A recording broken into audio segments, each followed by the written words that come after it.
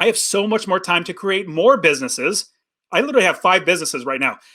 Create more businesses to buy more properties. And in the long run, the second thing is I can literally give and will literally give number one, these properties, but also number two, these businesses to my kids. Like if you're watching this, you can see my kids in the background.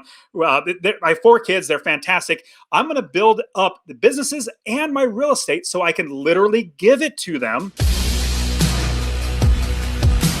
But I'm curious on your thoughts on that, Dustin. You said, I want to invest more in real estate. Would you touch on your strategy there and how you use that to decrease your taxes?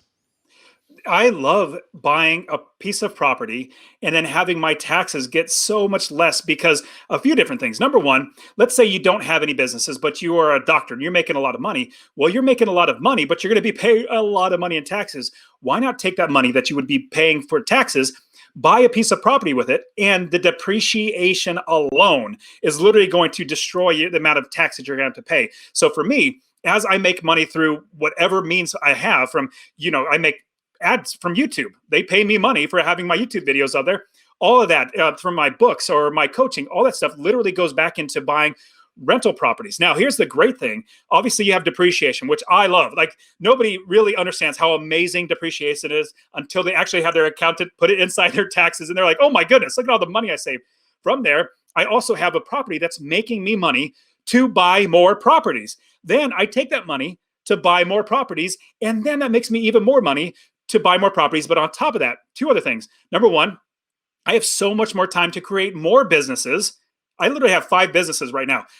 Create more businesses to buy more properties. And in the long run, the second thing is I can literally give and will literally give number one, these properties, but also number two, these businesses to my kids. Like if you're watching this, you can see my kids in the background.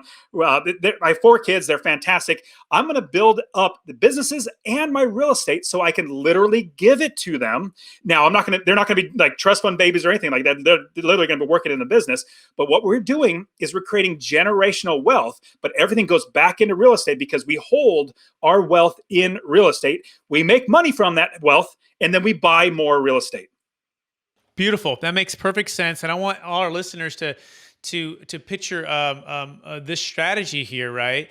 And the first thing to think about is one way to think about it is your job. If you want to become very wealthy and have passive income, your job's purpose is to go buy real estate. Okay, your W-2 as quickly as you can to buy real estate. Why? Because you want to build up opportunities for losses through what's called depreciation to offset income. Now, that losses offset passive income, right? To passive losses, passive income, unless you're doing your real estate professional and it's your full-time career, then you can qualify under something else that allows you to do accelerate depreciation and offset your actual income.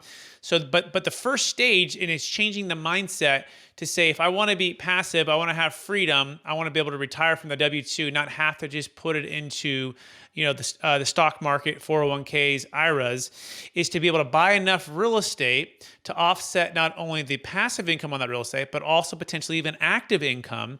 And so I want you to picture 4 towers, okay? And there's 4 towers. And the first tower would be your income tower, right? And that income tower can be W-2 income or it can be a business income. Ideally, you're going to get as much business income as you can.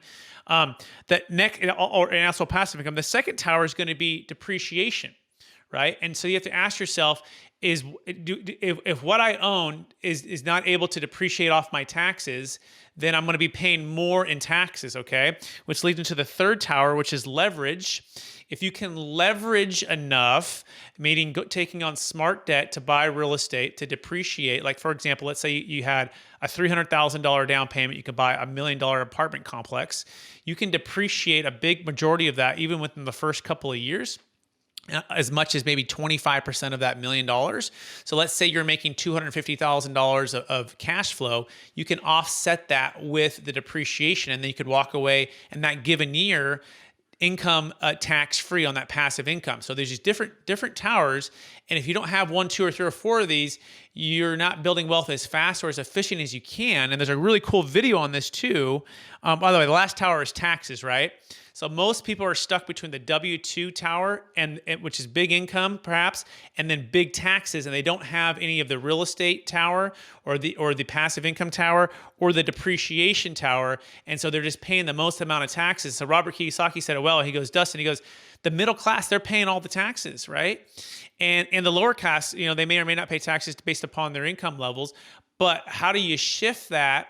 Well, you got to get some depreciation. You got to get some offset. So